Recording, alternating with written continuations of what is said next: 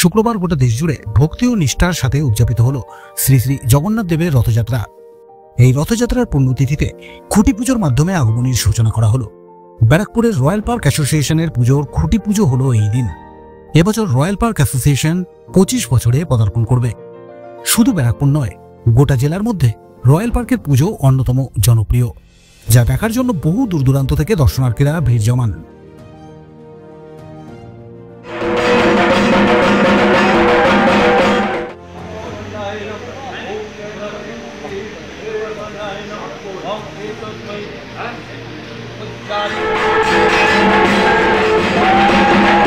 এটা 25 বছরের পুজো হচ্ছে রয়্যাল পার্কের, ব্যারাকপুরের বিখ্যাত পুজো, সবাই জানে এবং বাইরে থেকে বহু লোক এখানে আসে। এবার খুঁটি পুজো খুব জমজমাট সহকারে করা হলো এবং পুজোটাও খুব জমজমাট সহকারে হবে এবং খুব আকর্ষণীয় হবে।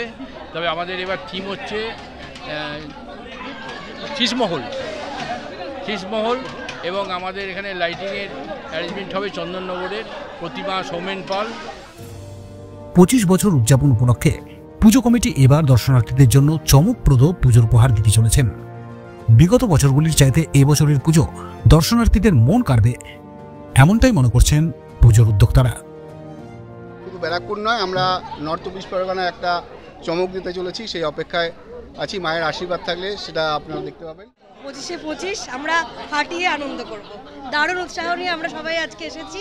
পুজো খুব ভালো কাটুক, সবাইকে বলবো। সবাই আমরা প্রাণ খুলে আনন্দ করতে চাই, মজা করতে চাই। ব্যারাকপুর থেকে তপন রায়, ব্যারাকপুর টাইমস।